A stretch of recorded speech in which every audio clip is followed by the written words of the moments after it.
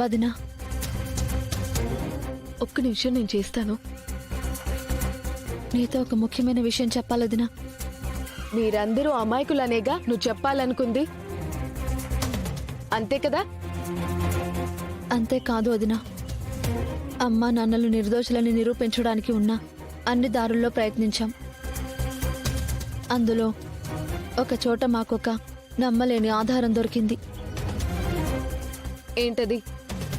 మాకు దొరికిన ఎవిడెన్స్ ప్రకారం పాయిజన్ కొని తప్పించింది ఎవరో కాదు, మావయ్యే, అంటే మీ నాన్నగారి.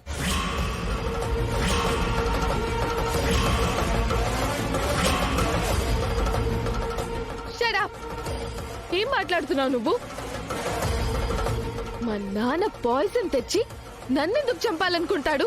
మా అమ్మ నాన్నల మీద నింద వేసినప్పుడు సరిగ్గా నాకు కూడా ఇలాగే అనిపించింది వదినా.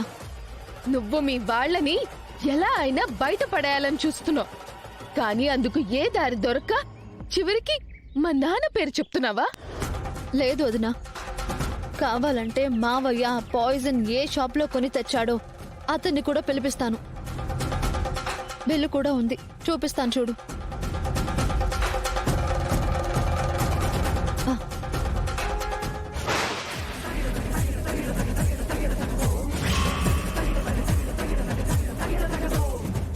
ఈ వీడియో చూడొద్దునా. ఇదొకటి కావాలి. 1 సెకండ్ సార్.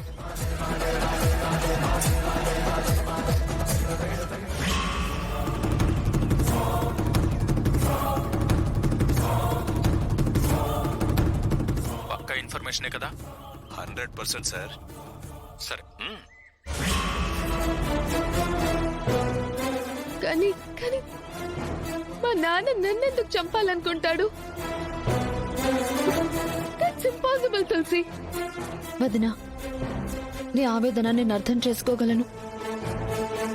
కానీ కోర్టుకి మన సెంటిమెంట్స్, ఎమోషన్స్ కన్నా విట్నెస్, ఎవిడెన్సెస్ ఉంటేనే ఎక్కువ నమ్ముతుంది.